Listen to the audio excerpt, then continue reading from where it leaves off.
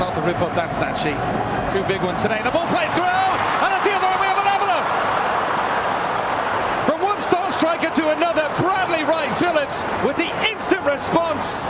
Wow. Guzan is stunned, and it's now the Red Bulls who celebrate.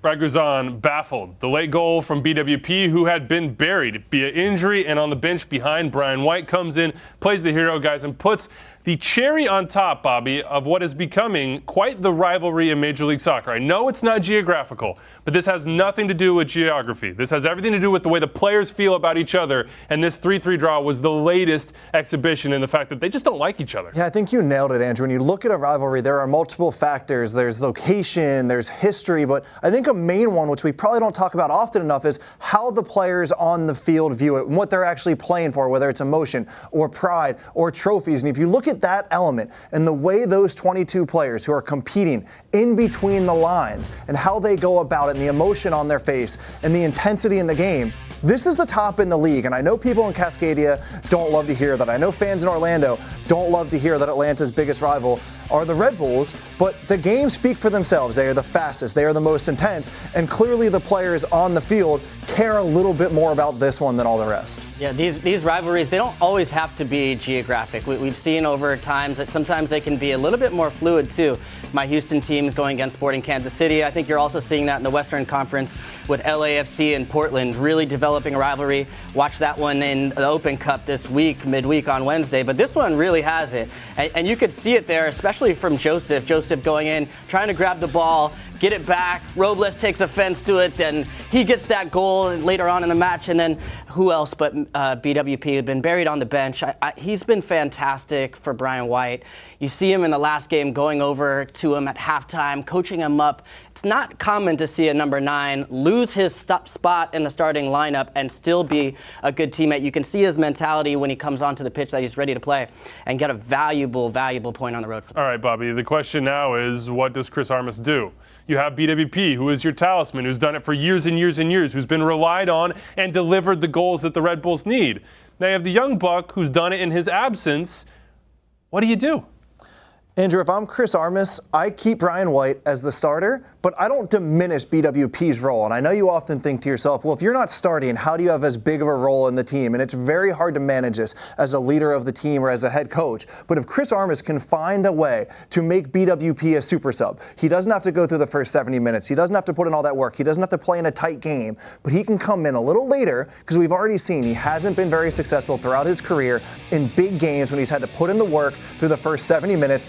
Keep Brian White as your starter. Make Bradley Wright-Phillips your super sub off the bench who can come in and change a game later on once it's opened up a little bit. No, I think you just let them compete it out right now. And Brian White, I think, has earned his place based on his play on the pitch and the work that he's been able to do. But a lot of that has also come from playing under BWP. Being able to have a mentor like that for a long time, to watch how he does his business, whether in training.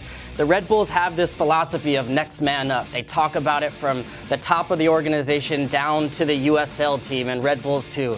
So when it comes down to it, when you have your biggest star who also buys into that philosophy and supports the striker that's playing well. That said, I think when things get a little bit later in the season, and when I think they'll be talking to Bradley to say, it's a long year, wait your time. Brian's playing well right now. We'll lean on him at this moment. But I think for Red Bulls to be able to go deep in the playoffs, you're going to want to have Bradley Wright-Phillips getting back into that lineup. I would expect him to win that place back at some point in the season. But for right now, I think you have to go with White. You know, and I have two counter thoughts to that. One is, one of the deficiencies of the Red Bulls, who have been so good in the regular season when they get to the playoffs, is that they don't have a difference maker off the bench. Big Derek Etienne Jr. guy. He might not be the difference maker you want in a road game against Atlanta United. I love the idea of having a player like BWP, really the first of his kind for Red Bulls to come late into a game. The second part is, Brian White's been very good. I don't like the idea of making a young player's confidence might still be fragile, have to compete for his spot. You want him to feel like he's the guy. He's young. He's going to work hard every day. He's not going to get complacent. Give him the confidence that he's the star, plus you have Bradley Wright-Phillips in the hole to be your super sub and make a difference. Be careful. We saw this with Wando. Everybody wrote him off. He came back. Finishing, quality in the box, for sure. finishing. I think BWP can still do the job. I just think the more important job for him would be off the bench. I think you're both right. It's nice to have another weapon in the playoffs if you're the Red Bulls. 6 goals so far this season for Brian White. On the other side, the main weapon in the offseason for Atlanta United was Pity Martinez. They set an MLS record transfer fee, bringing him from River Plate. Well, it hasn't exactly worked out the way they thought. Here was Frank de Boer after their win against the Impact just 1 week ago, after he pulled Pity off. Quote, he was making too many mistakes. He was a danger for the team, but I still believe in him. Well, he's back in the lineup this week after the draw against the Red Bulls. Here's what Frank de Boer had to say. We had to win duels. Pity did not do enough to avoid that somebody can give an easy long ball, so we brought in Brandon Vasquez, who he said did a great job. The end of this quote is the interesting part. I want 11 men who work hard, not 10 or 9 or 8 men. So what's going on with Pity Martinez in Atlanta? Has the shine rubbed off of their star player? Is this salvageable? Oh, definitely salvageable, but I think the honeymoon period is officially over at this point. There was the longest period of time where it seemed like the team or the club was almost babying PT to be able to say, oh, he just needs time, he needs to be able to do it. And now it's actually coming to being like, you're not living up to expectations, not just from the end product as far as goals and assists, but from an effort standpoint. And you saw a game today, Red Bulls against Atlanta. That was a fight. That was a playoff game, and it takes a different type of mentality. That's the type of player you need on the pitch. And you keep making the comparison, but Almiron was never questioned his work rate, never questioned his ability to track back on the ball.